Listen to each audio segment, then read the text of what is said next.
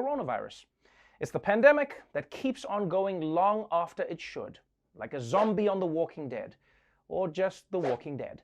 Even as millions of Americans are getting vaccinated every day, there are places where coronavirus is still as out of control as a Zoom kindergarten, and no state has it worse right now than Michigan.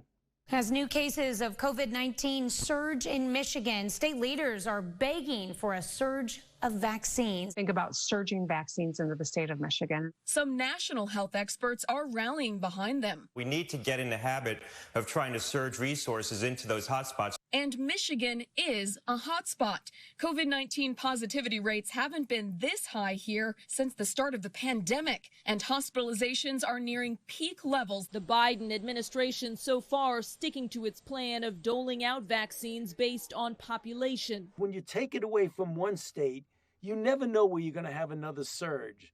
Okay, look, this is a complicated situation, but I don't know if the Biden administration's logic makes sense here.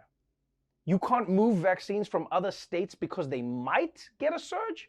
Yo, Michigan has a surge right now. That's like having a rhino on the loose and animal control says, sorry, we can't help you because if we come over there, a hippo might pop up over here. We can't take the risk. If you ask me, the simplest and fairest way to decide where the vaccines should go is you get a giant map of the United States and then you have Dr. Fauci throw a dot at it. Yeah. And with the way he throws, some doses might finally go to Africa. Yes, we did it, Africa. Oh, and now the CDC is saying that instead of more vaccines, what Michigan needs is another shutdown. But instead, Governor Whitmer is just suggesting that people stop gathering in groups and going to restaurants. Now, I know a lot of people are like, why would you do that, Governor? Why not do something stronger? Yo, in the governor's defense, don't forget, the last time she tried to mandate safety precautions, the state capitol got stormed and a bunch of crazy people tried to kidnap her. So I can see why this time she's like, you know what? You guys do your own thing. I'm not trying to get killed because you motherfuckers don't want to order takeout. And here's why the CDC says more vaccines aren't the solution. If a community starts getting vaxxed up now, it will still take 6 weeks before people there have immunity, which means it's far more important for people who are still waiting for the vaccine to just continue wearing masks. And while this should be easy for most people to understand, well, Florida still exists.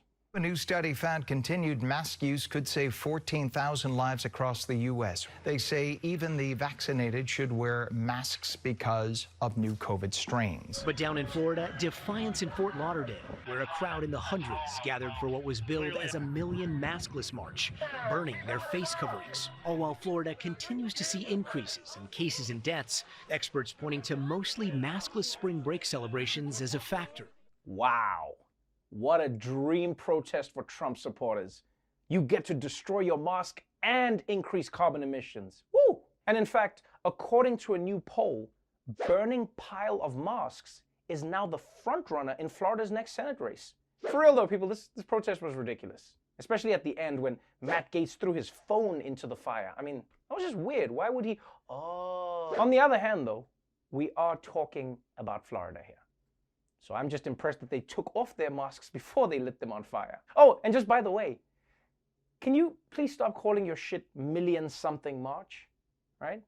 If you're not going to get a million people, then don't use the name. What you should do is call it the 12-person march so that when 40 people show up, we'll all be like, damn, look at that turnout. Woo!